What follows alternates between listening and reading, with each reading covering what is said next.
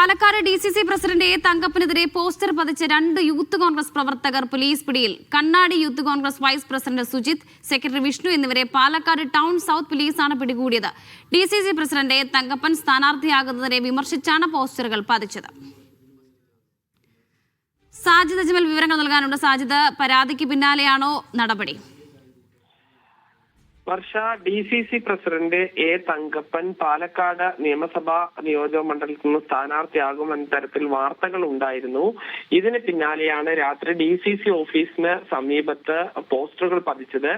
ഇതിൽ DCC president A തങ്കപ്പന്റെ സ്വന്തം ഭാര്യ പോലും അയാൾക്ക് വോട്ട് ചെയ്യില്ല, അത്തരം ഒരാളെ സ്ഥാനാർത്ഥിയാക്കരുത് എന്ന തരത്തിലുള്ള പോസ്റ്ററുകളായിരുന്നു. ഇതിന് പിന്നാലെ എ തങ്കപ്പൻ പോലീസിന് പരാതി നൽകിയിരുന്നു. ഇതിന്റെ അടിസ്ഥാനത്തിൽ നടത്തിയ അന്വേഷണത്തിലാണ് 2 യൂത്ത് കോൺഗ്രസിന്റെ പ്രാദേശിക നേതാക്കൾ പോലീസിന്റെ പിടിയിലായിട്ടുള്ളത്.